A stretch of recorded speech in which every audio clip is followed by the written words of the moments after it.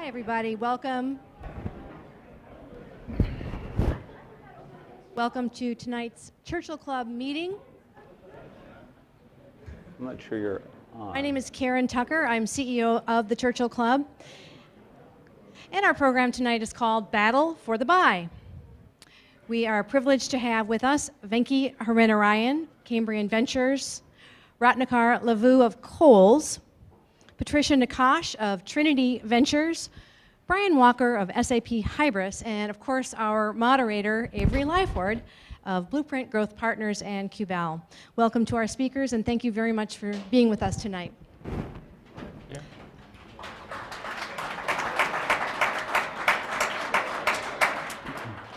For our new guests in the audience, a brief introduction to Churchill Club, a nonprofit devoted to encouraging innovation, economic growth, and societal benefit. We convene up to 40 programs each year in the interest of connecting bright, motivated people with ideas and one another. And we certainly do always encourage our speakers to say something that matters. Don't pitch, don't repeat insights that are already readily available out there, but rather try to advance collective thinking. And each and every speaker that crosses the Churchill stage does hear this message from us. We certainly welcome you to join and support us and participate in the conversations that we convene on a regular basis. In addition to tonight, we have two other fantastic programs this month. Next week on June 17 at the Four Seasons East Palo Alto, it's going to be all about drones. We're starting on the consumer end of that spectrum and looking at opportunities for innovation from there. And we have some of the most creative and successful people who are coming to speak with us who are working in that space. And then on June 23rd at the Computer History Museum, we look at the road ahead for automotive transportation, and also, of course, focusing on opportunities and strategies, et cetera. Not yet on our website are two programs in July, one with distinguished educator, author, and journalist Mike Malone, and that will be, he has an opus, a new book out called The Intel Trinity. And he has a lot of insights around leadership, and it's one of the greatest business stories of our time. So that is going to be a very interesting program. And the second one in July is with youth and digital culture expert Dana Boyd. So keep a watch out for those. And then finally, even though it's a little way out, on September 25th, we present the Churchill Awards, which we call the Churchills. And there are 4 categories, and they represent things that we care about very much. One is leadership, the other is innovation, one is collaboration, and the fourth is social good or societal benefit. And it's a really inspiring evening, and it's also an evening that you could think of bringing other family members because they too will have a chance to be inspired and enjoy that program. Remember that most of our programs are available for viewing on our YouTube channel, which is youtube.com/Churchill Club. And we've recently had some amazing conversations, too, that I think you'd enjoy. Reid Hoffman with Joey Ito, the head of the MIT Media Lab, and also our 16th annual Top 10 Tech Trends event. So check it out. If you're tweeting tonight, please use the hashtag Churchill Club, and you will find other Twitter codes in your printed programs. And then finally, we are extremely grateful to our host, SAP, for allowing us to convene here tonight, especially Christine Johnson, Jeff Kerr, and Jonathan Becker. And also our program supporters, Grid Dynamics and Qubell. Thank you so much, all of you. We really appreciate it. In addition to being chairman of Qubell, our moderator, Avery Lyford, is the founder of Blueprint Growth Partners.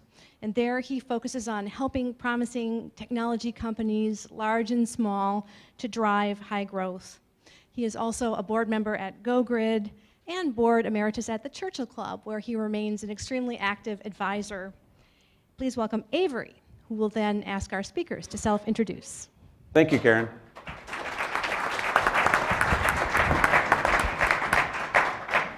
We've got a really interesting panel here that covers the whole gamut from the incumbent who's using technology to the pure attacker. And I'm going to let each of the people quickly introduce themselves and then get right into it. Sure. Venky Harinarayan, partner at Cambrian Ventures, an early stage venture capital firm. Prior to this, I created at Walmart Labs and years prior to that, I was at Amazon in the early days. Ratnakar, Lavu. I head up digital technology and transformation for Kohl's. Prior to that, I built out Redbox, and prior to that, I built out Macy's.com and Macy's. So. Patricia, Nakache, general partner with Trinity Ventures. We're an early stage venture firm founded in 1986. About half of what we invest in is consumer technology, half is enterprise technology. But originally we invested actually back in 1986, we invested in bricks and mortar retail companies like Starbucks and Jamba Juice and P.F. Chang's. And more recently, we've shifted that to technology, and we've invested in some of the up-and-comers like Zulily. And hi, everyone. Brian Walker. I'm Chief Strategy Officer at Hybris, an SAP company. I go back with retail really very, very early in my career as a merchant and a marketer, and was a part of the team that started EddieBauer.com back in 1997. Went on to work at Amazon as well, kind of at a later stage than you did, but and then by way of Expedia, ended up at Forrester covering the commerce technology research area, commerce technology area. And now part of Hybris. And we provide a commerce platform for both traditional retailers, many other industries as well, but also some pure plays that are really kind of attacking the space. Folks like Karmaloop or companies of that nature. ASOS is another client of ours. So we kind of see both ends of the spectrum and really try to facilitate our clients, a capability to sell across channel. Now it's interesting. It used to be this whole notion of it was digital versus physical, and the world's gotten a lot more nuanced. And Ratnakar, for instance, your title isn't about, it's about digital innovation. So I'm curious, kind of your perspective on how the physical retailers can take advantage of mobile technology and other technologies, because I think this is one of the interesting big shifts over the last decade or so. Yeah, it's actually interesting. So when the internet came about, everybody's like, okay, the stores are going to die, right? That's not going to happen. So we will have the physical footprint, we will have the digital footprint, and even in the digital footprint, things are transforming, right? So if you have the web, you have mobile, you'll have wearables, you'll have connected cars. But the key thing, I think, as we think about innovation, we think about it as how do you take that digital experiences and bring it into the physical footprint? Because as our customers are getting acclimated to newer technologies, their expectations of what they see in the store is fundamentally changing.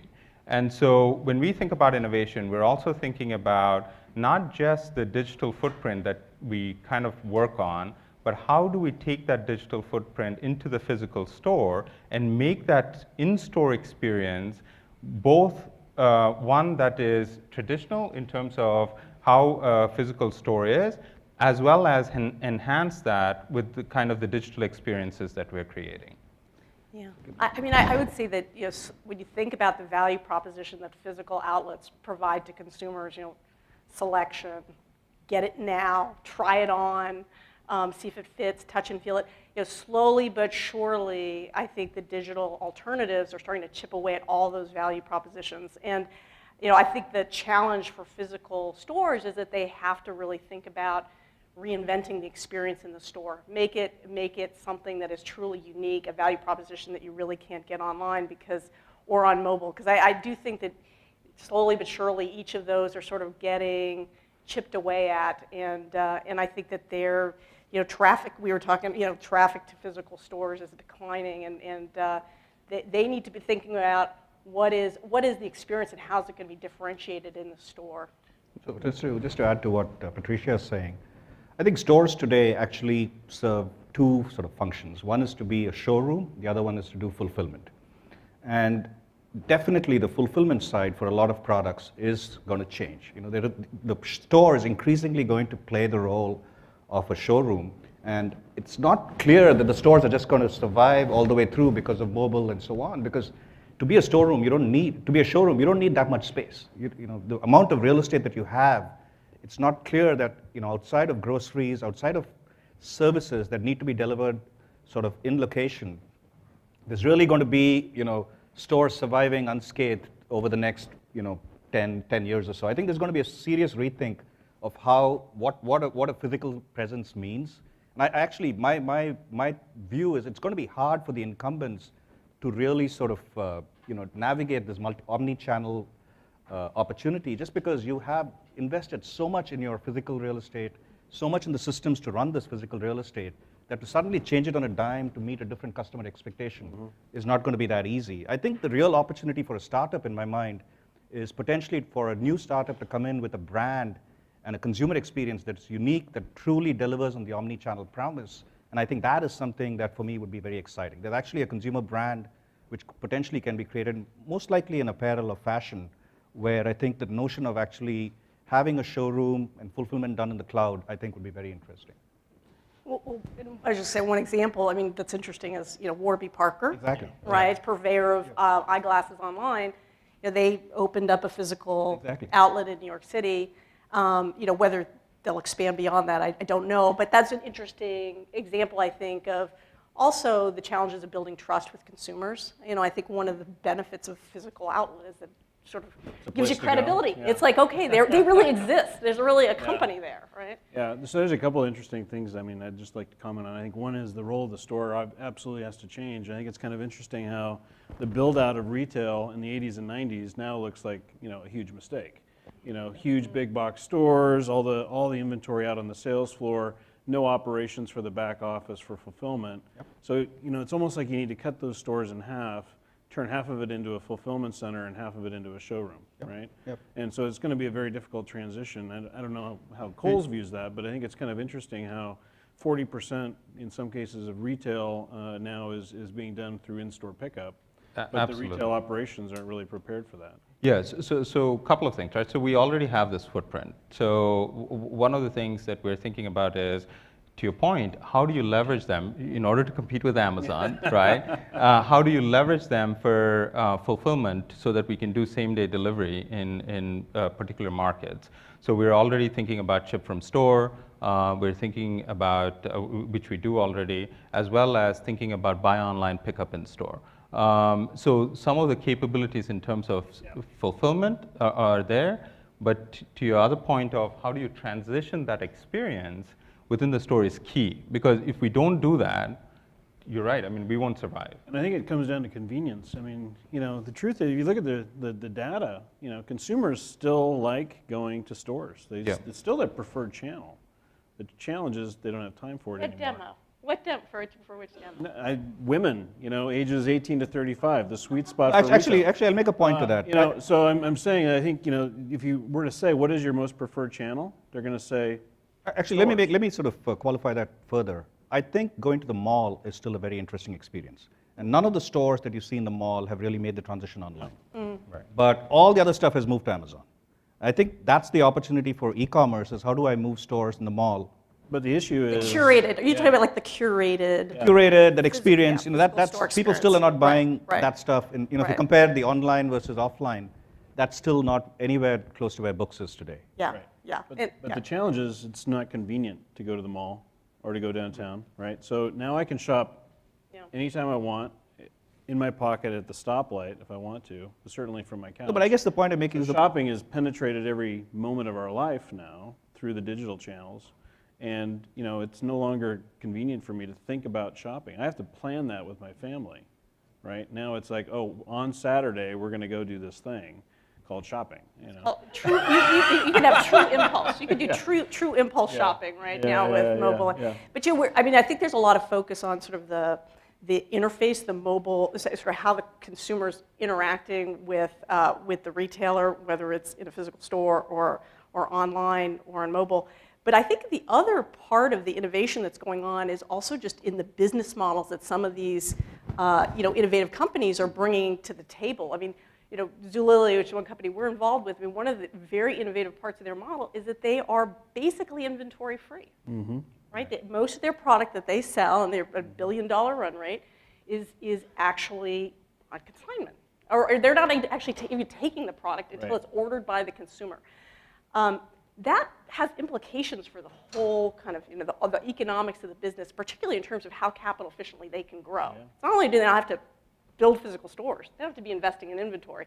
So I think that that is another threat actually for incumbents, right? It's like these business models that are very differentiated. And fast fashion has shown how disruptive it can be, reacting to consumer preferences and getting restocked within weeks. But now you're saying, forget the supply chain altogether, right? Yeah. Right. Yeah. No, but then again, I think to keep in mind, Amazon too didn't start wanting to take inventory, right? But what happens is, if you want a really good customer experience, you get sucked into inventory, because the minute you do not take inventory, you basically have no control of the experience.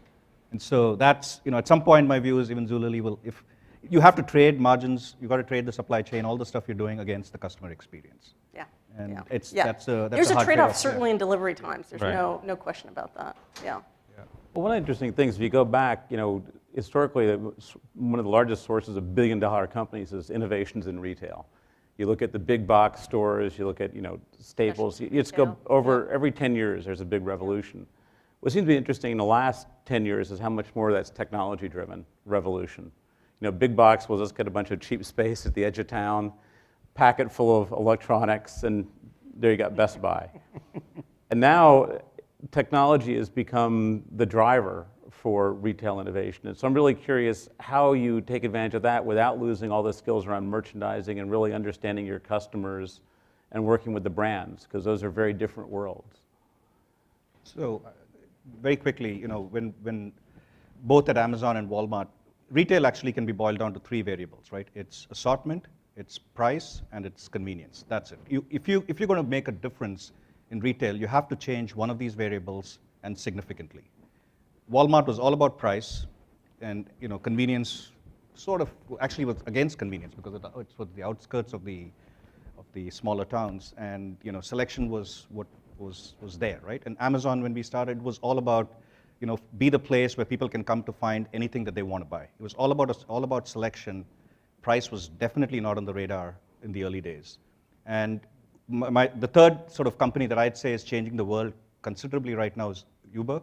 Uber is all about, in my mind, convenience. It's all a one-touch sort of arrival of a cab. So I just think fundamentally retail innovation is very simple. Whatever you do, you're going to have to change one of these three things, otherwise the customer doesn't care about it.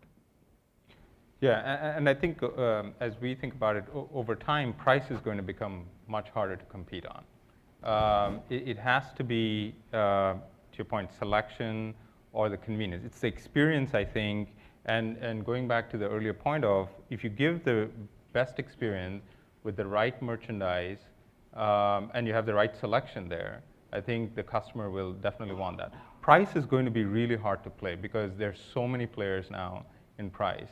And that is something that we're looking at changing in terms of the customer experience, as well as the tie-in into certain brands in terms of selection that will kind of resonate more with our customers.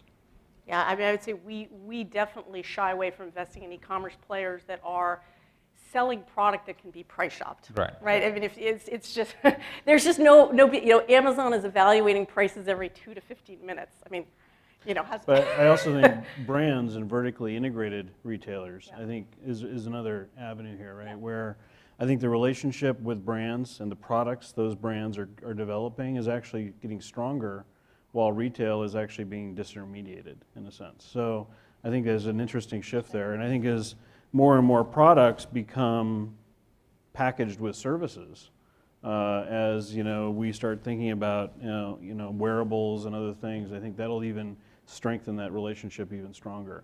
And that's where maybe it does advantage Amazon in a sense, just in terms of I'm already habituated to shopping there, but my relationship is really with the product I'm buying and starting to use and thinking about interacting with on a daily, hourly basis, right? I think that's a really another interesting shift that I think is very disruptive to retail as a whole. Yep. Just coming back to your question, I think one of the areas in retail, e-commerce, and in offline, which is sort of really technology has not impacted much, is merchandising. And I believe that it's still done the old-fashioned way, gut level sort of choices about what products to sort of to put out on the shelves. And what we are seeing at Walmart Labs, and what I saw when I was there, was there's a lot of stuff you can do there to actually help a merchant / replace a merchant in terms of what products actually you need to put out there. Because the one great thing about the web today is demand can actually be measured in real time. You can figure out what the competitive nature of any product is, what the margin structure should be. Should you be putting money to marketing or to price? And so there's a lot of signals out there that are very interesting, but that's still an area which is very early in my mind. Or, Amazon now, right, having some pretty sophisticated forecasting tools Exactly, to actually predict, like, okay, so iPhone 6 in October, whenever that is, no one's going to be smarter at predicting what kind of inventory they need to control, whether that be in their warehouses or with the vendor, than Amazon, right? And it's by forecasting that demand by monitoring traffic and having a rich history of previous products, right? And usually that gets set in toys. Toys is the hardest category because you got to buy like a few months ahead and you got to make huge bets on the holidays, and it's amazing how often they get it wrong. Exactly. It's still very old school. Another area, or technology area that I think is emerging and very exciting, I think, for incumbent retailers is there are a lot of technology platforms that help drive traffic into stores that are emerging. We're invested in a company called MaxPoint. They do hyper local targeted advertising to drive in-store traffic. That's their, that is their focus, and they can tie that into even sort of inventory systems, so they can in real time provide offers online tied to what inventory is sitting in the store. And you could see that becoming very dynamic. And there are a bunch of really interesting mobile couponing companies that are doing the same in grocery, for instance. And I think that's a big opportunity. Yeah, as I think about merchandising, so one of the things that I'm thinking about in terms of the future is 3D printing, right? That will fundamentally, I think, change how a retailer thinks about merchandising. And how, this notion of, well, there's actually a buyer and a merchant, and they will have to kind of put the orders and other things, and the POs, cut the POs and all of that, that is going to fundamentally shift. And that's going to shift because the creation of that is probably not going to be in a retailer like us. The creation of those templates for 3D printing, whether you take toys or other things, is going to be someone in the community and that they're going to do and design those templates, and then we'll leverage that as kind of a product. So that's going to, I think, change the game. Yeah, we're already talking to customers who really are trying to build a 3D printing marketplace. Right. Right, leveraging our software. But I mean, what's interesting about that is how does that disrupt the entire supply chain? That is very true. All the way back to Asia, right? And all that infrastructure that's been built to provide us those products, inexpensively. Pretty interesting. One area that's very interesting is the change in the world because of mobile, and the number of people that either look at mobile to get information about products or get prompted to make a decision, or use it as a reference point in a shopping process. It seems to be threaded all the way through it. I'd be really interested to very quickly hear each of your perspectives, one or two quick examples of where mobile you think is really making a huge difference in retail. I mean, it's a huge, for a lot of our e-commerce companies, it's now 40 to 50% of revenue. And the key here is that the main touch point workhorse for these companies is email. People are reading their email on their phones, and when every day, they get their email, they hit, they click on it to see the product, and you want them to be able to shop right then and there. And you need to design an experience that makes that as simple and as frictionless as possible. So there's a real benefit. I mean, if you've designed that experience from the ground up, it's extraordinarily powerful. And I think that's to the extent incumbents are thinking about that, I think that's pretty key. Yeah, I think we're seeing the same thing with our customers, and I think an investment in a responsive experience, right, across any device, any touch point, because scaling it across all the different devices is a challenge, is really becoming now the de facto approach.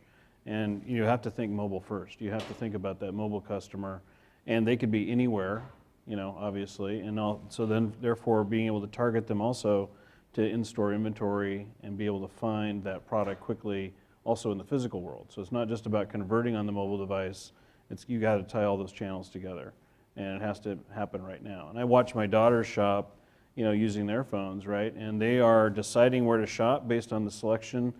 They're navigating on their phone, and then they actually want to know, is it there, before I make the effort to go there, but ultimately they want to see it first, especially if it's clothing. So in other words, it's all those touch points have to work together. I maybe have a slightly different point of view. I'm not yet sort of blown away by what mobile has done to shopping. I believe that, yes, a lot more people are shopping using mobile just because they're spending more time with mobile. So obviously you'll expect more volume to come from the mobile device. But have we fundamentally created a new way to shop because we have mobile devices? I'd say outside of, that's why I think what Uber is doing and what Lyft is doing is very interesting. I think that's something new that would not have existed without mobile. And I think that's a question worth asking, because we used to ask this in the early days at Amazon, which is, if you can do something without the internet, then Amazon should not be doing it, right? And I think the same question, if you're really looking at mobile e-commerce plays, I think you should ask the question, if something can be done without mobile, then it's not that interesting. If I can go and shop on eBay with a desktop, yeah, I'm doing it on mobile, it's not that interesting at the end of the day. And so, haven't yet seen really innovative business models that truly rely on mobile from a product point of view, or truly innovative experiences. We saw a little bit with the in-store shopping, the showrooming thing, but it doesn't feel like it's gotten to any scale. Well, people used to walk in with emails printed out. Right. That's where the web first became an omni-channel thing, right? But Right. now you don't need to do that. But I do think there's a convenience and a ubiquity Absolutely. Yeah. that is transformative and is disruptive, even if it's not a completely different model. No, I guess what I'm saying is I think the future is very bright for mobile, because I think there will be truly revolutionary experiences that were not possible without mobile. I don't think we've yet. Yeah, I mean, created those. I would agree with you that for e-commerce and sort of marketplace models, for the most part, these are, online companies that are creating mobile experiences. Experiences, With the one exception that there's some peer-to-peer marketplaces that I think rely on the camera in the phone. So you want to sell something out of your closet in a Craigslist-like experience, right? And so that's something that's truly differentiated, I think, from the online experience. But there are these classes of applications that could not have existed without mobile, right? Some of which are like Uber. That are location-aware applications, and then others where the application is on the mobile device. I mean, whether it's a fitness app, we're investors in a company called Fitstar. It's a mobile fitness application, and that Exactly. is reliant on it couldn't have existed without the mobile device. If you take mobile and kind of broaden it to including tablets, and tablets disrupting the whole catalog experience. People used to sit at home and have catalogs, and now they've got iPads, and so there's a whole phenomenon going on there. And secondly, you go into a store and you start to combine the mobile experience with the store experience, where you can take a picture of an item or scan an item and get other people's comments about the item and things like this. Seems like ways to interpenetrate the physical and the By the mobile. way, people still use the phone too. I mean, There is this all that. has to work together, I guess is the point. So the customer just expects, consistency, relevance, and context, and the device or screen they're using, that's just a mechanism anymore. And if I pick up the phone and call, you better know who I am and know how to deal with it, and it better be the same information, or else I'm going to be frustrated. So I guess the point is, channels don't actually go away. We just sort of add to them. And catalogs still drive demand, by the way. If you're really measuring your business, you know that, right? You Net-a-Porter. Net-a-Porter just create a huge catalog. Exactly. Right? It's like a So, it's sort of like channels don't go away. We just keep creating more convenient ways of interacting. And I agree. Yeah. I would say consistency is a huge. I think it's a huge challenge for the incumbents, right? Because just on the pricing alone, having consistency across. Right now, there's lack of consistency, right? Even Safeway, like their prices online are different than the store. I mean, it is a little rankling for the consumer, sort of. I mean, you're talking about bubble gum and duct tape. A lot of retailers. I don't want to point fingers. No. But we talk about omni-channel, we talk about in-store pickup, we talk about all those kinds of things. We talk about inventory online. The reality is the channels do not work very well together. Merchandising is still isolated. Marketing is still isolated. You've got web teams. You've got in-store teams. We're still a long ways away in retail of actually dissolving the notion of channel. It's still very present. We talk about omni-channel and whatnot, but the reality is there's a lot to be done for retailers to really deliver a real sort of channel-less One thing I would sort of just add there is, I still believe that, we in the Valley tend to believe that, everybody has a cell phone, everybody's going to take their smartphone out, they're going to do things as soon as they enter the store. The reality is the number of people who actually take a phone out when they enter a store is a very, very small sort of fraction, because there's no real reason for you to sort of, we've not got the positioning right, we've not got the customer experience right, where it's a requirement that you take the phone out to do something of value, right? It's not like, like Google Maps or, something, or Yelp, where you need that to do something. This is still a very nice thing to have, and it's a very small fraction who actually. The number one reason why people take their phone out of their pocket in the store is to call somebody, Yep. and ask them a question. And usually, my hypothesis is the reason why you take your phone out of your pocket in a store, you're looking for information. Yep. You're looking for reviews, you're looking for some validation that you're making a good decision. That's why you take your phone. And you might be calling your wife to make sure you're making a good decision, but but you're looking for validation. And I think whether that's product information, which really isn't present in the store anymore. I mean, sales associates, let's be honest, right? They usually don't have the answer. The web is where you're going to turn to for the answer. Well, Ratnakar, you've thought a lot about this whole subject. So a couple of things. I think I would agree with you in terms of shifting a traditional retailer to be truly omni-channel is one of the hardest things. That I agree with. But I think there are some key nuggets there in terms of successes. When you look at certain traditional retailers who have done that, Macy's is getting there because of the architectures that we built in the past. And a commitment. Yeah, and the commitment there. In terms of mobile, I think definitely the shift in traffic is something that we're seeing. So you say physical, we saw it to the web to mobile. And then in terms of mobile itself, so smartphone versus tablet, we're also seeing certain patterns. So smartphone, very evident that the customer uses a smartphone during the day as they're kind of roaming around. On tablet, it's more in the evening. And so creating those compelling experiences based on whether it's a tablet or a smartphone is key. And to your point of, has somebody really kind of fundamentally changed that experience so that you actually need a mobile phone to shop? I don't think so. I agree with you on that.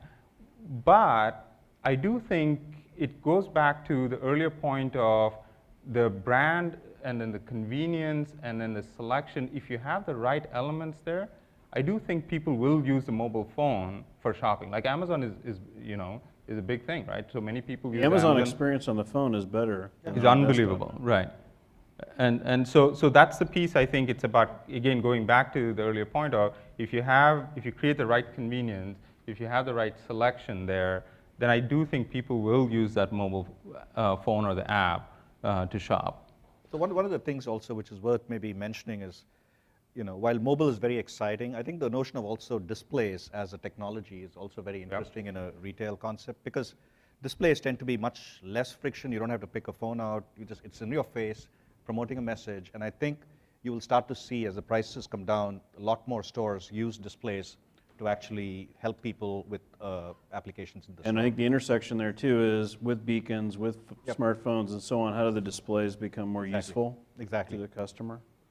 I think that's going to be really, I think one other interesting point about mobile, I don't know how the rest of the panel feels, but I think that what's interesting about that is it's about the habits you have as a consumer, because there's really only so many apps you're going to pay attention to or interact with. And so it's the businesses like Zulily that are driving traffic, every day to see what's there. It's those like, eBay or Amazon who've become kind of embedded into the lifestyle of the customer, where the demand is going to aggregate because you're creating a habit for the customer, whereas, a lot of other retailers are going to really struggle to get that kind of mind share. So just to follow up on that, I think one of the fundamental issues with mobile, and the reason why I think it's such a challenge for e-commerce, is the entire app store model is based on a relationship model, which means I download apps with whom I have a relationship. E-commerce is fundamentally a transaction-driven model. And so, it's not like I'm going to download, the Polo app because I bought a Polo shirt once. And that's why I think the web is still a much more interesting place for e-commerce, because you've got the clearinghouse of transactions.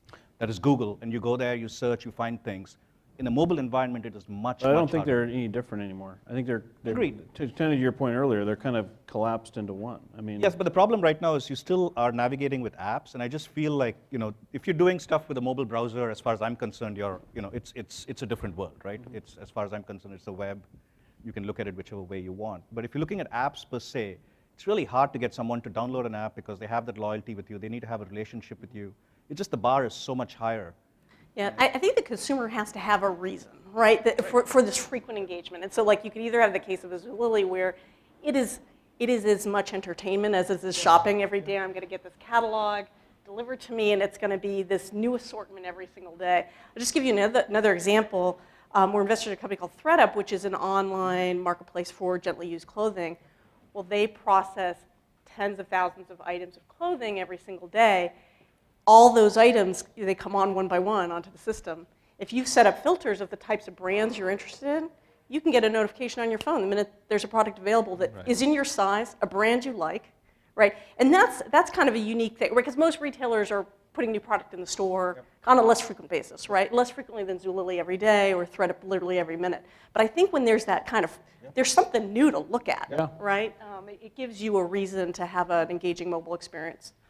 Yeah, the kind of the barrier for any brand to have their app downloaded, I correlate that to if you build a website today and you kind of launch a new brand, it's the same thing, right? So you have to have, you got to figure out what is it that is unique for a customer to come there, and what is it that they like, and what is interesting, and I think as you make it more interesting, to your point, and there's something that's very compelling for them to download it, open it every day, I think that's what will make That's what I said. On the web, you have the advantage that you have Google, even if you don't have that. Is right? true. On the mobile, you don't have You don't have Right. that. That's the problem. That's the problem. That's right. why a lot of the e-commerce transactions come from Google as the source. Right.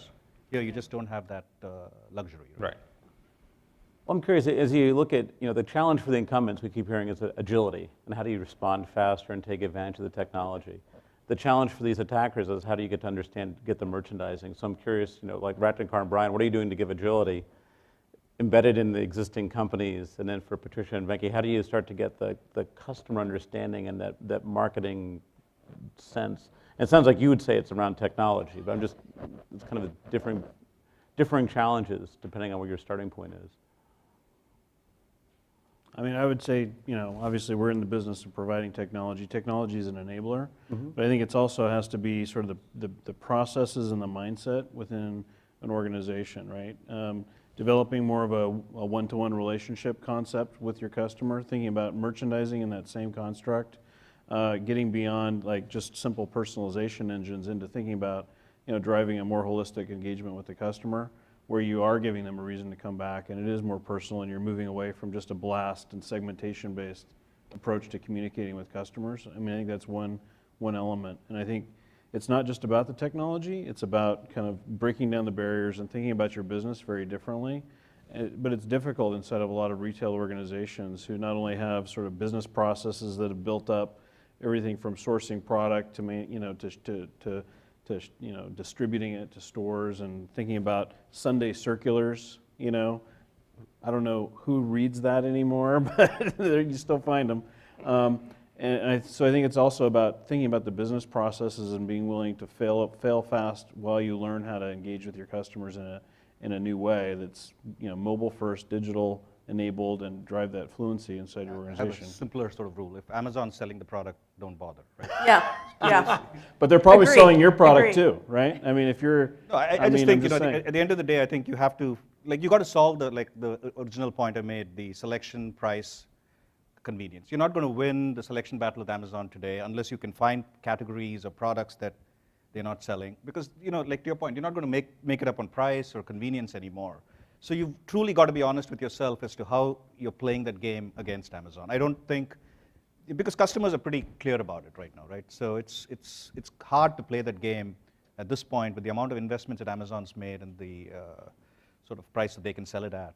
I don't think retailers should wave the white flag, though. I mean, I think they have to use their assets, which are their stores. Right.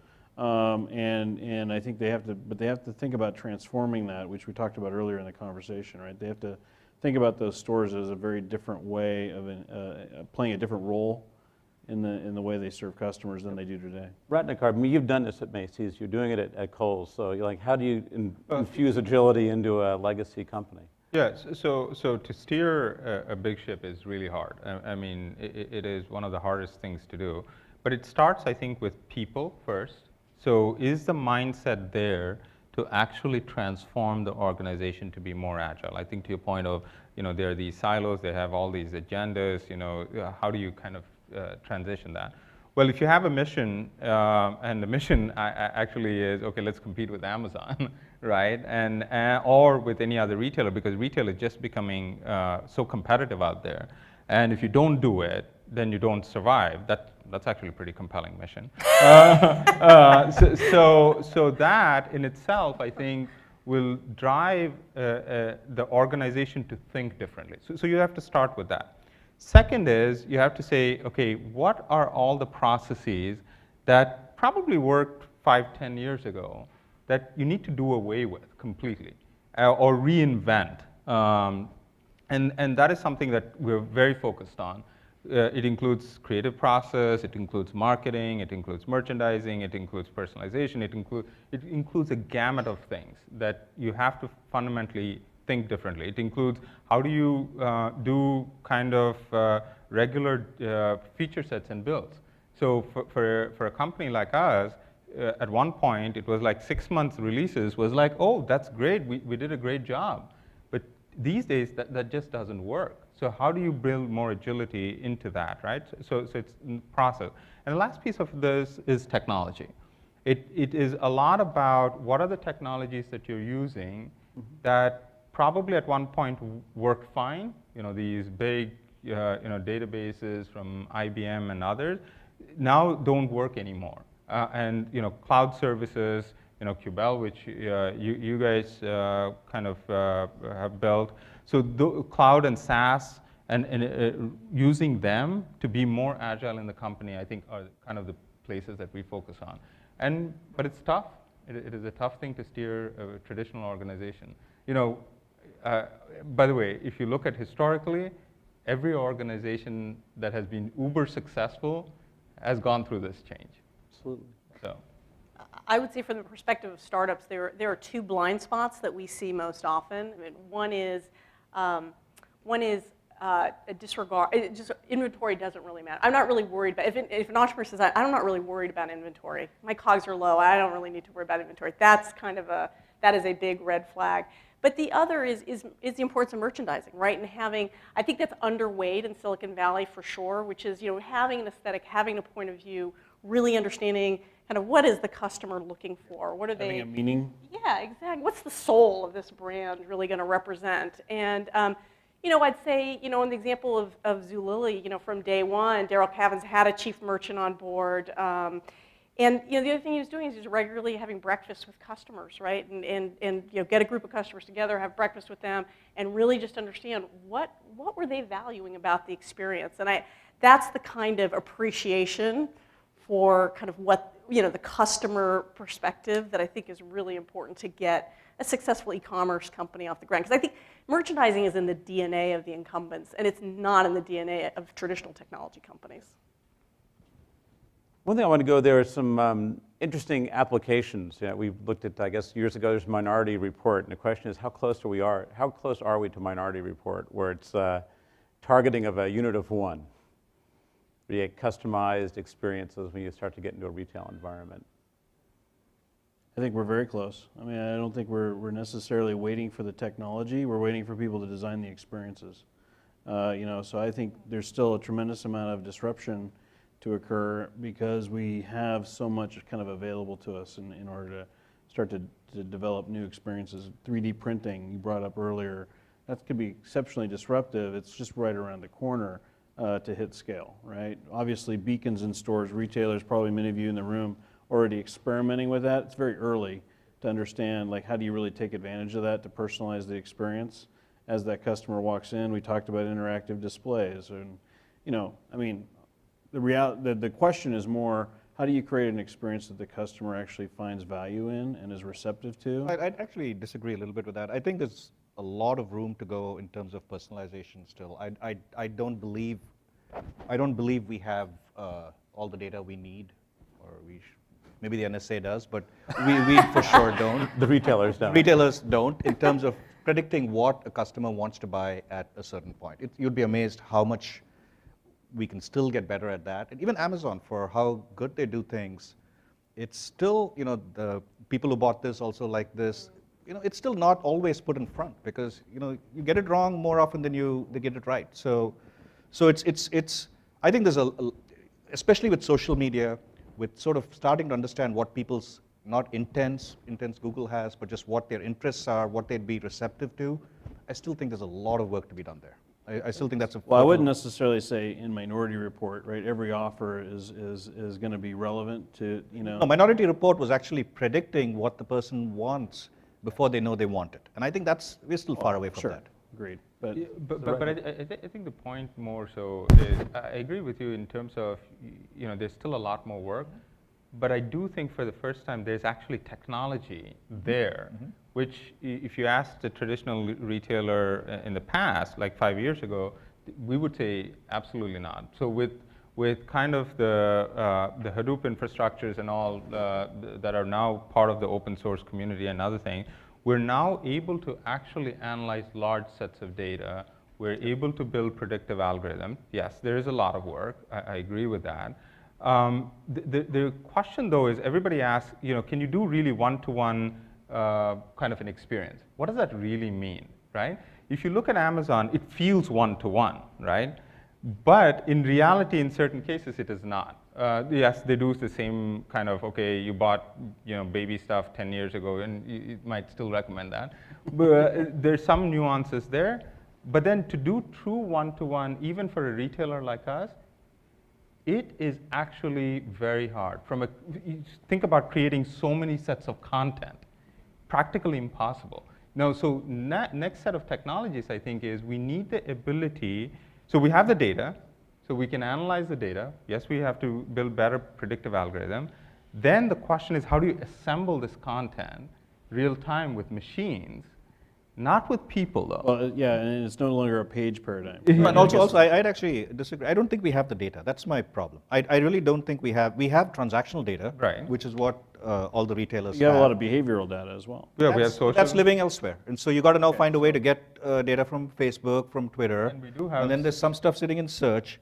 Now, even with that, I'd argue there's still a lot to go to say exactly when and what they are in the market for, Oh, yeah. right? I mean, if you said, well, then you have to be the NSA, right? If you need every element of data, then That's what at some level, that's my point, right? I think the data is where I think we will see us starting to add more and more and more Right. things and starting to build more and more knowledge. Well, this was you were joking about NSA at the beginning, but I think that kind of is the barrier, right? Which is there's a privacy barrier, There's and a I mean I privacy think there are barrier, companies right. that have been trying to make the in-store experience much more one-to-one and personalized, but people are a little freaked out about the Right. fact that I walk in the store and somehow you know my information pops up on somebody's screen, right? You know, Well, I think so- that was the point I made. I don't think we are necessarily that far. I guess it's all about what do we mean by that. But are we 5 years away, 10 years away from starting to see things like that? Not necessarily anticipating my interests before I realize them myself, but more using a lot of these behavioral signals to derive offers for you. But the question is more how you design experiences that I as a customer welcome and find useful and don't reject, because it's... Should the sales associate be wearing Google Glass, and when I walk in, they recognize me, and you know? Actually, it's much. I'll give you a simple. We've experimented that in our labs, and we're actually getting pretty close to being able to do that, you know, Will that freak in a people labs out? environment. I don't know, you know? Yeah, I mean, I think if I want that, Yeah. right? I'm in a hurry. Yeah. Yes, I want someone greeting me at the door, and I opt in, of course. Yeah, But if I opt in, right? Let me give you a real example why I think we're so far away. There's a really simple use case which the customer does not give you any intent and you have to predict for the customer, which is predict a good gift for the holiday season. And you'll be amazed what a poor job most retailers do in predicting a good gift for you. And so that tells me at some level there's a huge gap as to how well they know you and how well they know their own Yeah. product sets Yeah. in terms of making good predictions for you. Before we go to Q&A, I'm going to do a quick lightning round, which is, you know, each of you, what's the biggest obstacle to overcome, and what's the biggest opportunity you think is going to be realized? And it's over like the next 3 to 5 years. So what's the biggest obstacle you think? Oh, I think you've already said data, but you can add another one.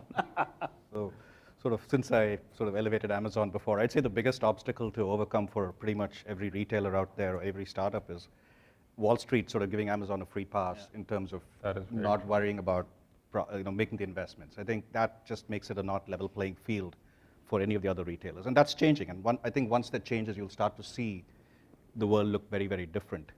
Biggest opportunity, it's what I sort of talked about early on in my opinion, which is I believe apparel is like music was 10 years ago. I believe that whoever cracks fashion and apparel online will open up the next wave of e-commerce, and it's going to be online, offline combined in some really interesting way.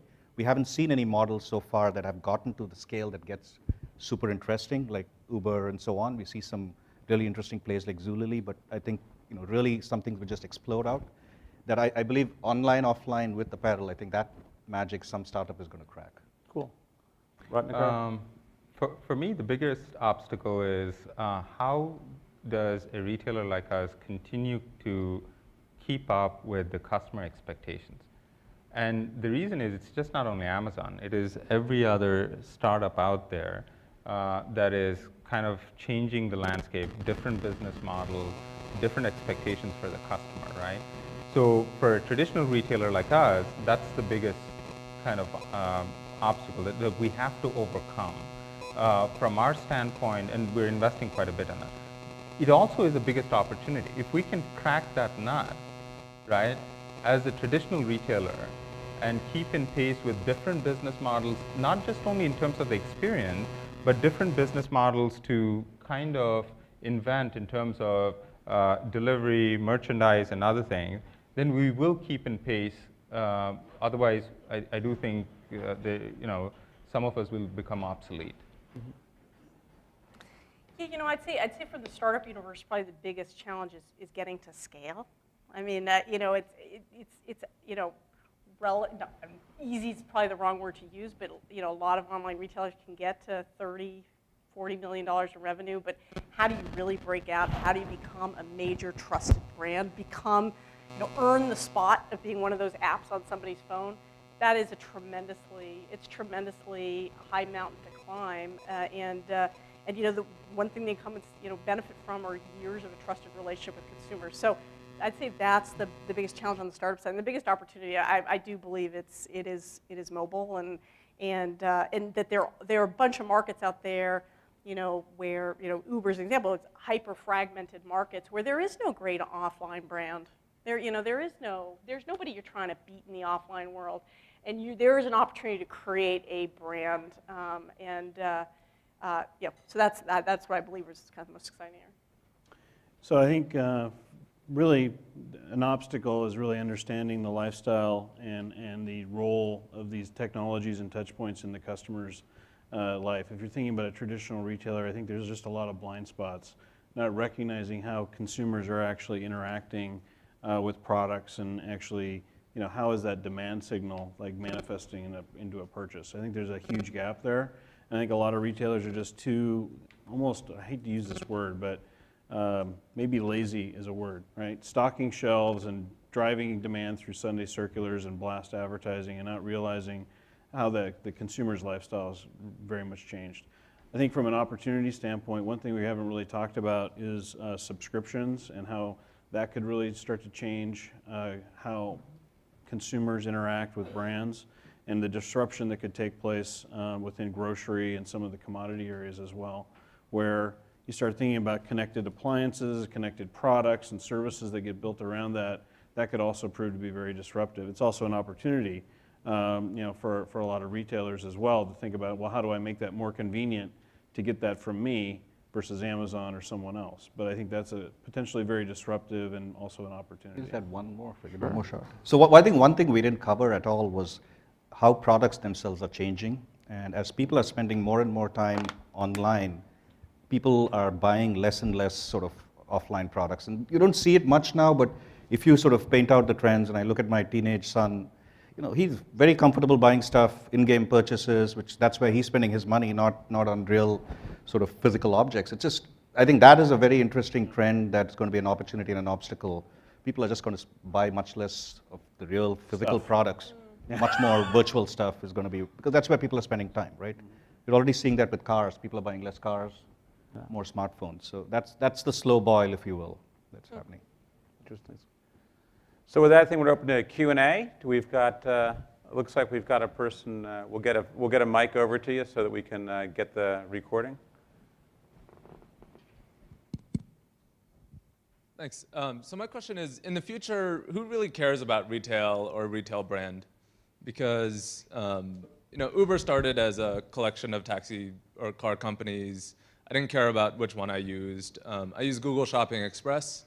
I might get something from Kohl's, Walmart, and Target in the same order on the same day. I don't care. I use Eat Club. I don't know where my saag paneer, what restaurant it was made at, unless I like really look. And same thing is happening with Amazon Marketplace, right? I look at reviews on specific items mainly and ratings. And then there's people that make stuff.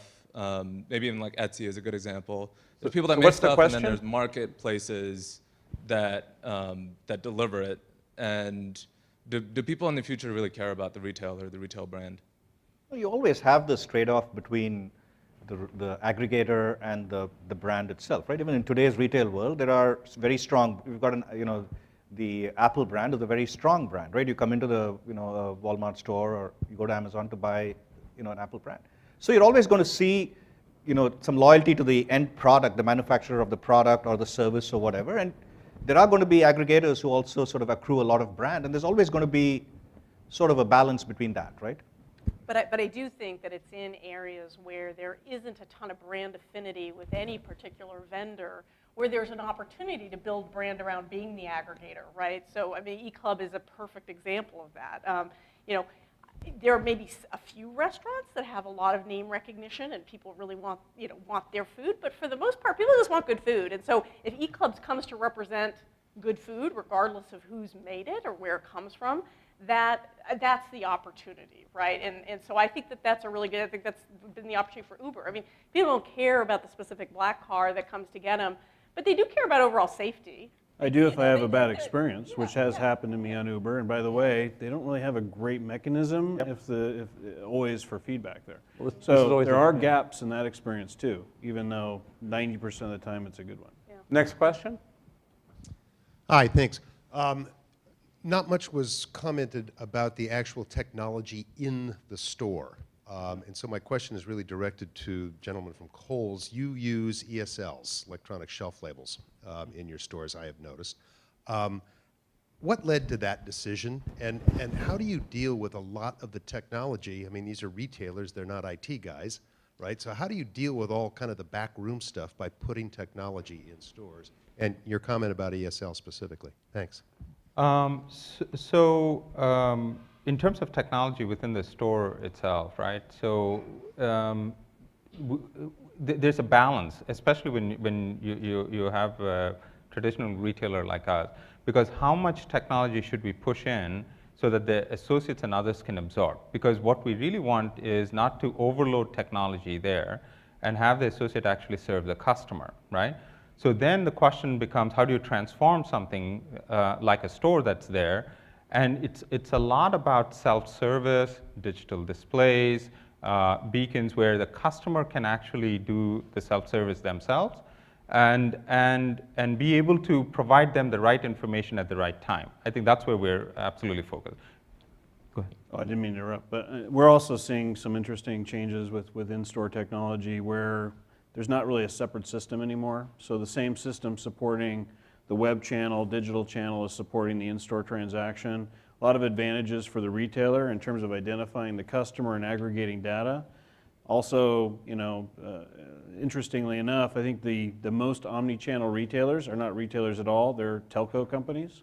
So some of our telco customers like E+ or others like that are actually the fastest at kind of eroding that barrier between in-store technology and what they might do for a self-service or a web channel or whatnot. So there is some interesting evolutions and disruptions that are happening kind Venky, you had a of comment? in the store. Yeah, so just from my time with Walmart, what I would say is, it's running such a well-oiled machine that, and multiplied by 10,000, that pretty much every technology change has so much potential risk that it takes a lot of time, conviction, and pushing to get something in the stores. It's not, you've tried out a few stores as a pilot. So I would say the rollout period is still measured in years. It's not in months. Especially for a store format like Walmart. Yeah. So I think it depends on the retail format. We used to have numbers like every second of cashier time equal to, so many $1 million every year, and it's like, yeah. Yeah, productivity is key. Exactly, yeah. But I think the lines are blurring really fast. So next question, we'll go right here in the front. Wait, we get a mic to you. All right, actually, I'll go to you second. I'll get the person with the mic first. Hi. So based on all the levers that you discussed, like impact of technology across retailers, right?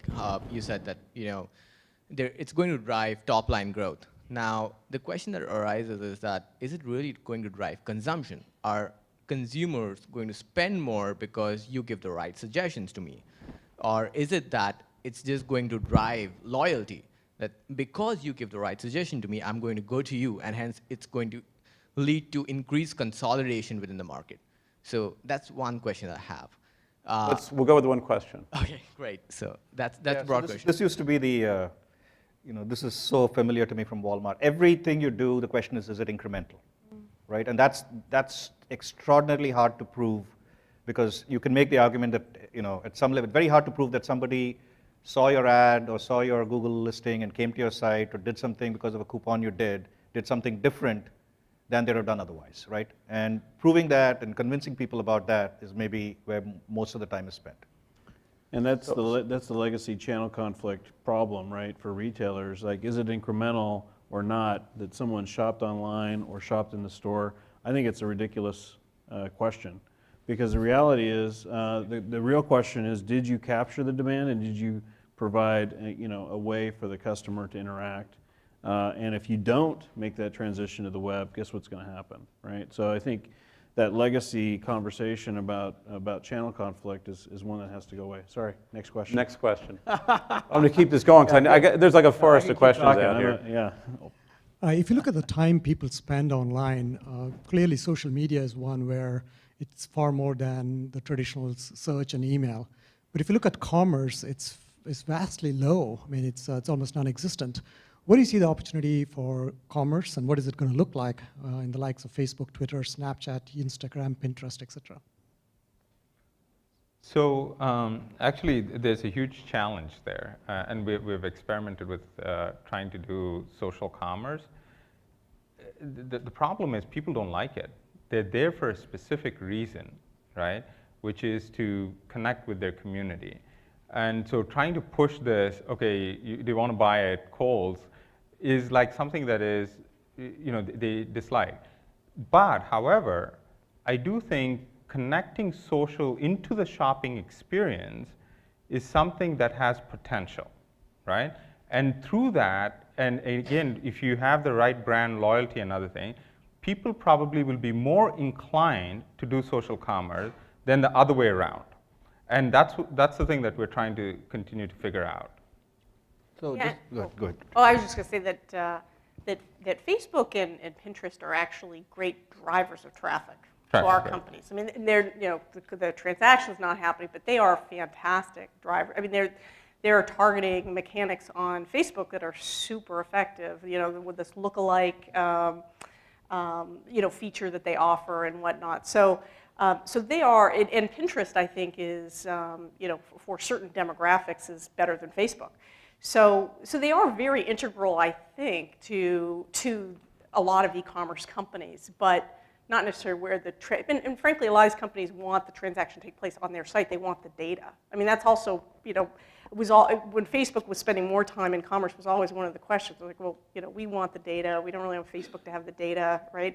But they're serving e-commerce companies very well right now from a traffic driving perspective. So the way I'd sort of address that is, just focusing on Facebook. People go to Facebook to see what's up, right? That's basically what you're going to Facebook for. You can't go in and say, Walmart, that's what's up, or this product. So you have to, what we found was basically when we truly gave newsworthy sort of ads or drove traffic in that way, whether it was Black Friday or things like that, you saw huge uptake. But I think the catalog model fits Google much more. We have to manufacture news out of what the retail guys are doing, and till we do that, there's not a real sort of connectivity into Facebook. I think where Facebook works really well for shopping right now is new products, raising awareness, driving sort of usage More traditional advertising of really brands and stuff. And didn't Bonobos just do a flash sale on Twitter that was supposedly, yeah. Those work well, right? Because they fit the model, yeah. So next question. Who's got the mic? There we go. Hi, my name is Shanna Clark, and I work at coupons.com, so I work with big retailers on exactly this stuff. My question is actually on something I think you missed in some of this conversation, which is I think a lot of the innovation around retail is actually happening at the product side, whether it's Apple selling their products very well, or whether it's companies like Kickstarter, where products are getting innovation very early and getting to the market very fast, but it's also helping retailers. My question is about kind of the innovation around product itself. Yeah, so I think we mentioned it at one point in the conversation. So products are continuing to evolve, right? Even for a traditional retailer like us. So where I see a lot of this is going is products and services become blended. This notion of the Internet of Things. Think about Nike shoes having some sort of a device that measures something. And then how do you provide that service for that customer who's part of your brand? And that's where I think a lot of the innovation is going to happen. Even if you look at the traditional kind of brands that we think about, right? Well, product innovation is, do you always have to launch a new product? Or is it more about kind of figuring out how to relaunch a product with the right brand? So for example, we have a private label called Jumping Beans, and then we have Disney, and we combine those two brands to create the Disney Jumping Beans brand. And that's sold phenomenal. So there is innovation happening in a subtle way, even in the existing products that we have. So next question. Who's got the mic here? Yeah. So all of you spoke about experience as one of the levers that will drive growth for retailers. Part of the experience is also in-store experience, and as you pointed out, speaking on the phone. So I'd like to hear your perspective on what kind of innovations do you see in the marketplace for that kind of experience growth? So call, well, I want to make sure. So it's customer actually calling some other customer? No, I meant the contact center. So there you go. Okay. So that's why I wanted to make sure. So contact center, I think there's tremendous amount of opportunity to innovate, and we're exploring a couple of things. This whole notion of, again, going back to, do you always have to call a contact center, or can you bring that experience, like something like a Skype experience, into the store, is something that we're absolutely looking at. The challenge with that is, okay, how do you want to serve that customer? Again, it goes back to, this X amount of footprint. Where do you want to do that, and how do you do that well so that the customer is served very quickly and then is satisfied and then moves on, right? That's a little bit of a challenge, but there is innovation that we're looking at. Yesterday I saw kind of a robot that actually can go around the store that does service. Yeah, I mean, I think that there's a big opportunity to kind of bring sort of expertise into that kind of whether it's in store or when I'm at home, or I have some question or problem with a product. And I would still say that we talk about Best Buy and Amazon and how Amazon has sort of disrupted Best Buy, but Best Buy, I think, just kind of gave them the business by not providing the expertise in the store. You walk into a Best Buy and it's just like, I have no idea how to make sense of this assortment, and there's nobody there who can really help me. So what's my next best option? It's actually to leverage the web, but still it's very hard, right? And I don't think Amazon's really cracked that nut yet either. Why can't I be Skyping in, or bringing a more personal experience into that interaction? It doesn't matter where I am. So that could be a way to evolve the contact center. And I actually think contact centers have improved. We all talk about how terrible IVRs are and this and that. I don't know. I think actually contact centers have actually pretty dramatically improved by bringing more context into it and streamlining that interaction with the customer. And I think it's all about convenience, speed, and multiple channels. It's chat, it's Skype, it's whatever I want to use, or maybe it's Facebook chat in the future as well, right? And so I think it's thinking about how to just deliver very contextual, live. If I have a problem, I want to talk to somebody, and I don't want to have to go through some automated experience, right? I want Roll the to next talk to question. somebody. Sorry. 'Cause I now got a bunch. I've still got a bunch out here. Will retail as a segment be more or less profitable in 3 years? And can the panelists predict some winners? I think it depends a little bit on how the stock analysts are going to treat Amazon, right? I think definitely that's going to be a driver. But you're starting to see, to my point, a little bit of movement there. You see Amazon raising Prime prices. So you're starting to see a little bit more as Wall Street starts to tighten up. You'll start to see things move up a little bit. But I do believe at the margins today, especially online, prices are set by Amazon, and it is what it is. I think it's a great place for Walmart, honestly, but it's going to be hard for a lot of other players. One point that we didn't make earlier is also another interesting pressure on retailers, and that is branded manufacturers now are enjoying the margins of retail by going direct with their own stores and with web channels. So they used to sell at what, 10, 15, 20% margins to a retailer, and now they're enjoying 65, 75% margins. Okay, so if you're North Face, now you're like, I don't really care, REI, that you want some special assortment or pricing favors or co-op money, because I'm making a lot more money with my own direct channel. So if you're a retailer, how do you actually differentiate your assortment anymore? How do you actually drive better pricing? Well, you're increasingly, you have to have your own private label.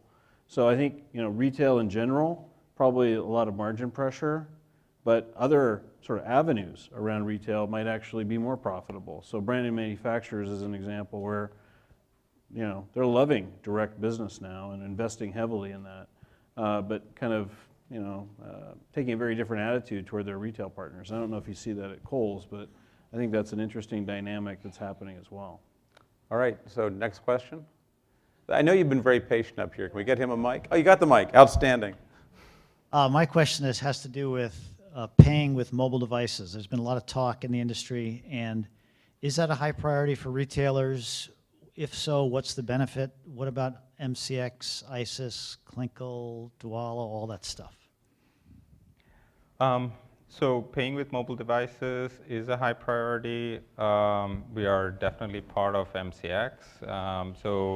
We're looking at some of the wallet capabilities that are coming up. The problem is this. I think it is more of a technology problem, right? So which standard do you kind of go towards? And NFC, unfortunately, Apple hasn't embraced NFC. So now the question is, what do you really kind of focus on?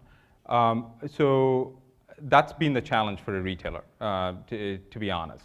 But is it a priority? Absolutely it is, because we do think that there will be a shift at some point once the technology has standardized on whatever it is going to be, that there will be a shift towards mobile payments.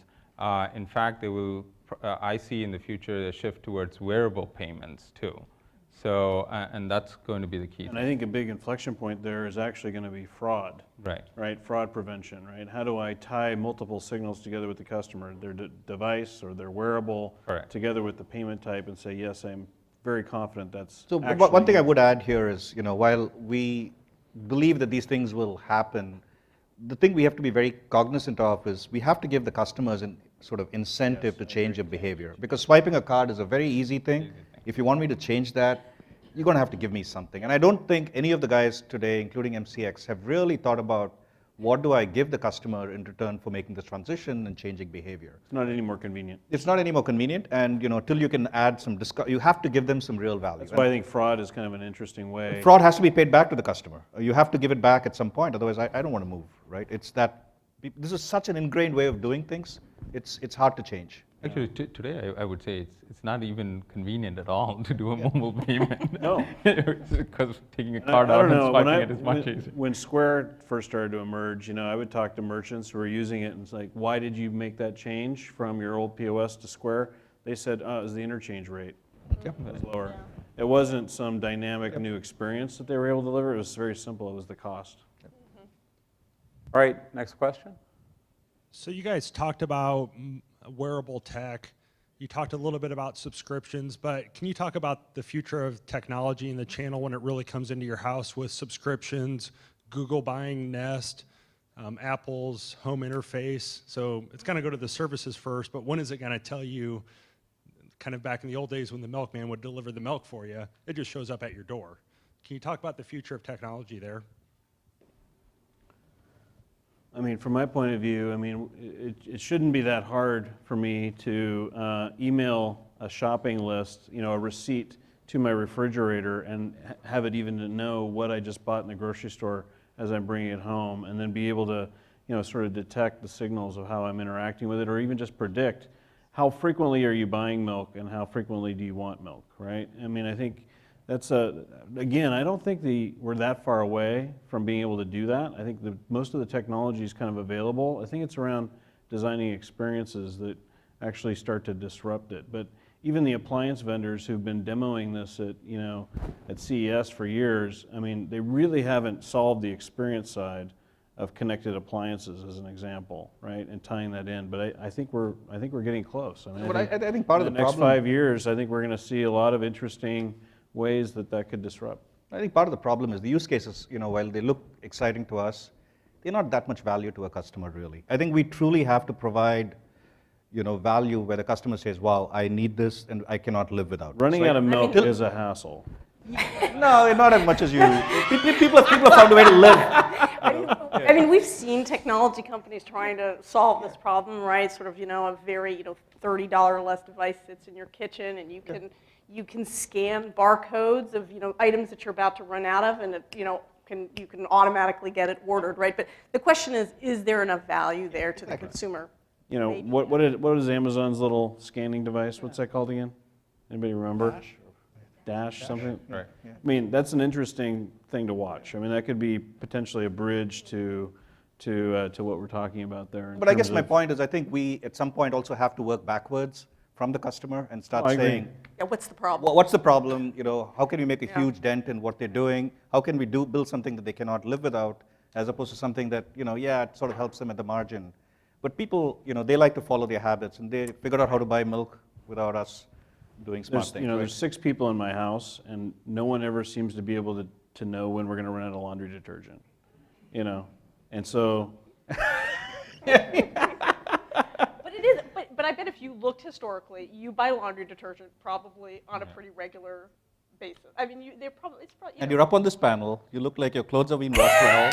So we've survived. So if somebody has your purchase history, that's probably all they need, right? Your purchase history is probably. My point is, I do think there's opportunities to improve the customers. I think you're absolutely right. It has to start with the customer. I guess my point is, if you want to make a customer make a real change, you're asking for a real investment from them. In which case, the payoff has to be very high. You cannot ask them to make a significant investment and give them a payoff which is big, right? That's the problem. Right now, all the payoffs I see are like this, and you're asking them to change entire behavior. That's not going to happen. And that's all I was saying. All right, next question. We're currently seeing a lot of a big increase in environmental responsibility amongst consumers.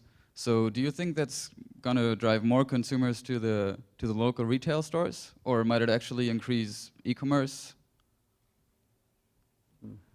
Well, I mean, I think one of the things that is a result of people being more environmentally conscious is this whole, what's called the sharing economy, right? And I think that there have been a bunch of companies that have popped up and doing quite well to address that. I mean, I talked about ThredUp, which is, a marketplace for used clothing. There are companies like Relay Rides, which is sort of, a car sharing service. I think that there are new types of services being developed to address a population that is getting more environmentally conscious. There's also a site called Wearable, which was started by one of the ex-Walmart guys, which is about products that you don't use, that you just give away to your community and you get some points in return. So I think the whole sharing economy is clearly a play around how we make, factor the environment and that into the picture. But I think he's also asking the question, does a focus on the environment help companies that deliver to your door when there is now the environmental impact of a delivery van driving around?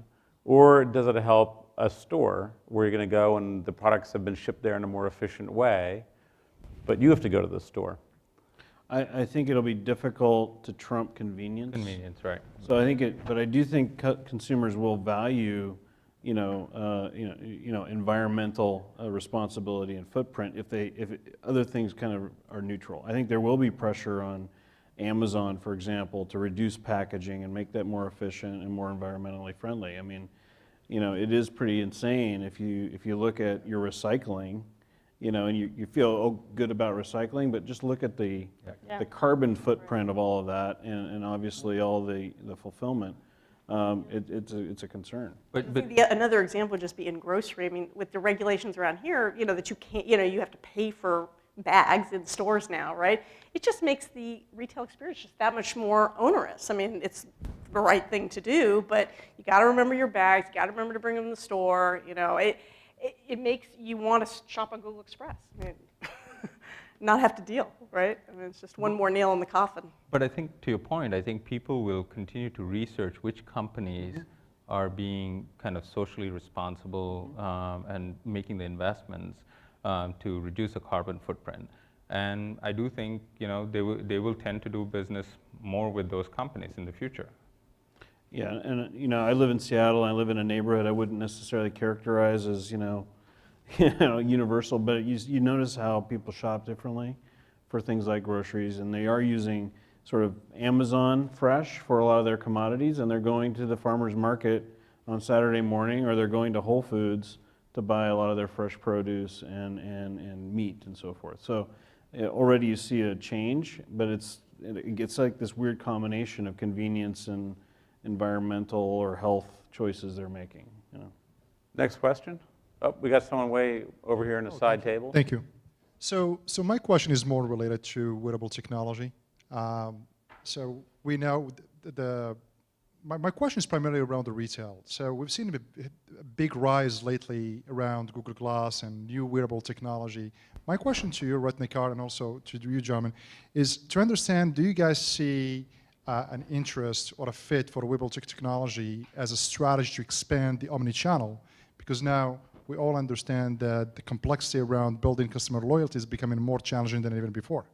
So how do you see wearable technology helping retail businesses to build that loyalty, but also provide a platform to consumers to have a much more consistent experience? Thank you. Yeah, so I actually see a huge potential in terms of wearable technology. So in two aspects, right? One is wearable technology connected with services. Take, for example, fitness, right?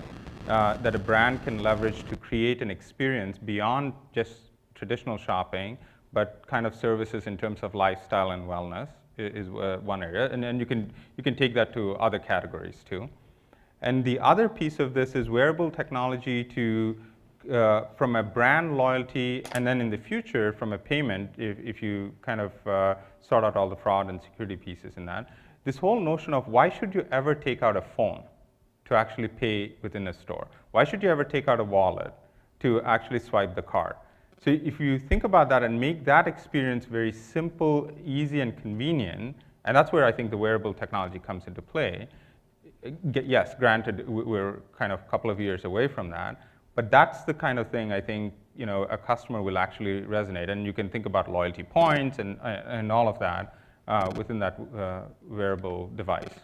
I think the first place you'll really see it, though, is actually with the associates, right? Yeah. I mean, already we see retailers starting to experiment with Google Glass and so forth. I think that there's some interesting ways that can also help the associate improve the experience for the customer as well. And I think the other piece, shorter term. Other piece I would add is just wearables and health go hand in hand. Right. And health is a pretty big piece of the puzzle for some of the larger guys, the health products. So I think you'll start to see a lot of that as well. All right, get a right here and then there. Go ahead. Question on the, and maybe I was misunderstanding it, but it almost sounds like it's an either-or perspective of it's all going to be online or it's all going to be, offline. And I guess my question is your opinion on it being more of a lifestyle choice, right?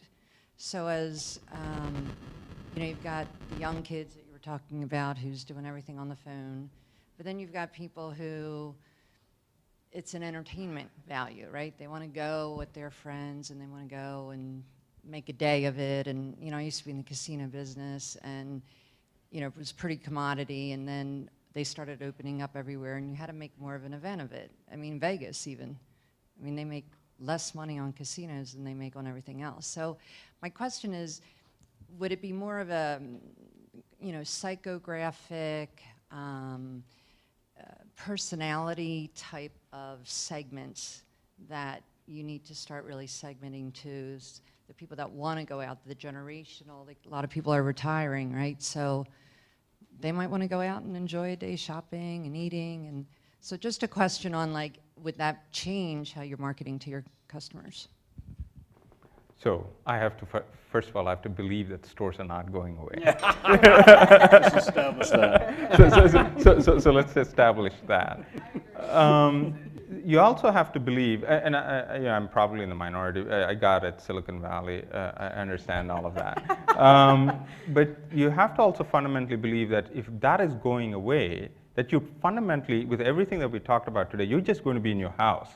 Work, house, maybe a park. You might go to a park. That is just not the human nature. That is just not us, right? Yeah, restaurant, I got it. But let's say, for example, food is delivered, right? Why do you need to go to a restaurant? But the point, though, is we're human beings that do want some social element to it, right? So to your point is, why would somebody go to a store?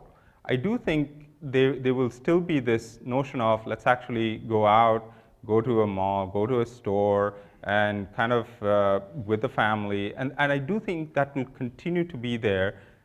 And it's been there in the American history for a very long time. The question then becomes, does that experience actually change from what it is today to something that is there tomorrow? And I think that's absolutely correct. And that's what we're trying to figure out is what does that experience change to?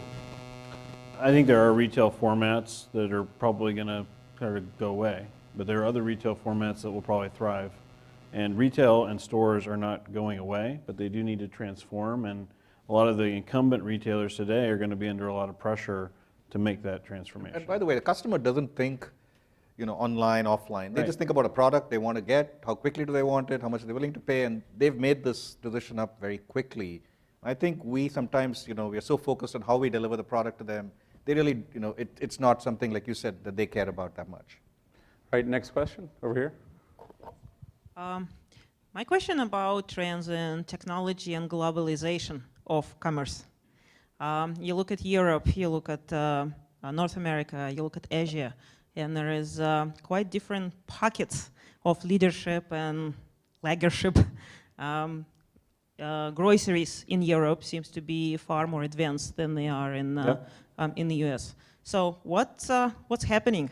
And how do you see what's happening now and what's going to be happening in the next few years, helping global retailers reach even more global customer base?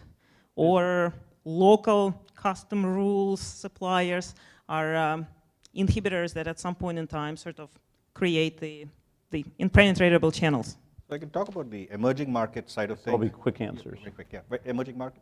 I think very quickly, what you see is, unlike in the US, there's no access to organized retail in tier 2 and tier 3 and beyond cities. And so e-commerce is the only way you can get access to product. And so that's why growth in emerging markets and e-commerce is skyrocketing in China and in India. Other comments? Well, I would say, it's sort of interesting to see, though, also how brands and retailers in those markets are not actually investing in the web. If you look at China and Russia, it's just starting to begin, and I think it's very interesting to see how they're going to react. And I think brands are actually kind of allowing the marketplaces to accrue even more power through that disruption. And I think it'll be very interesting to see how that evolves, because the marketplaces are, dominating. Online, mobile, and I think it could be exceptionally disruptive in those markets, especially. All right. Well, I think panelists might stay for a couple of minutes to answer, because I know we didn't get to all the questions, but I want to thank them for their contribution. It's really great. Thank you. Enjoyed it. Thank you. Thank you.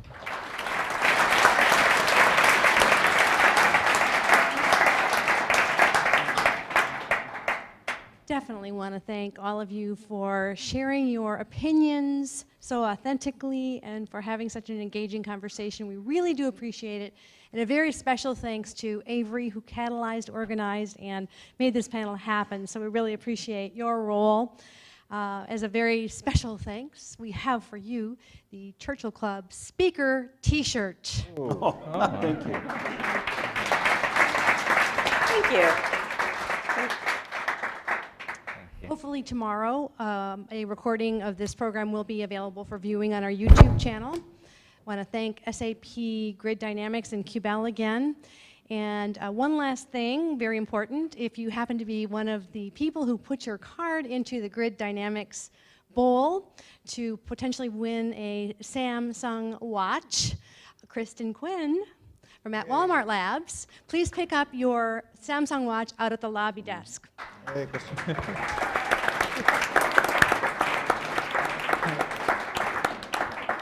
You have been a wonderful audience, so thank you so much. Have a safe evening, and we'll see you next time. Good night.